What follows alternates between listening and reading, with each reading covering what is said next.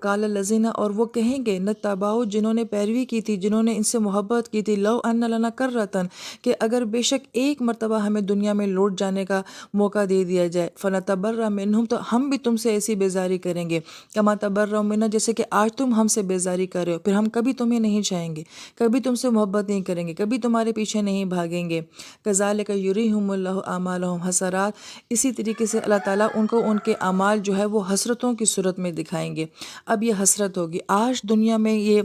موقع ہے کہ انسان دیکھے وہ کس سے محبت کر رہا ہے، کس کے پیچھے چل رہا ہے، کیا شوق کیا جنون اس نے پال رکھے ہیں، لیکن اگر آخرت میں کہے گا تو ایک لمحے کے لیے بھی لوٹنا نصیب نہیں ہوگا۔ وما ہم بخارجین من النار، اور انہیں جہنم کی آگ سے نہیں نکالا جائے گا۔ لہٰذا اس سے پہلے کہ مہلت ختم ہو جائے، اس سے پہلے کہ ہماری سوچیں ہماری حسرتیں بن جائیں، اس سے پہلے کہ ہمیں اپنی غلطی کا احساس ہو جائے کہ ہم دنیا میں کیا کر کے آئے، اس سے پہلے اللہ تعالیٰ ہمیں معافی مانگنے کی توفیق نصیب فرمائے، اور اپنی زندگیوں میں صحیح راستے کی طرف پلٹنے کی توفیق نصیب فرمائے۔ اللہ تعالیٰ ہم میں سے کسی کو بھی آخرت کی حسرت میں مبتلا نہ کرے۔ آمین یا رب العالمین۔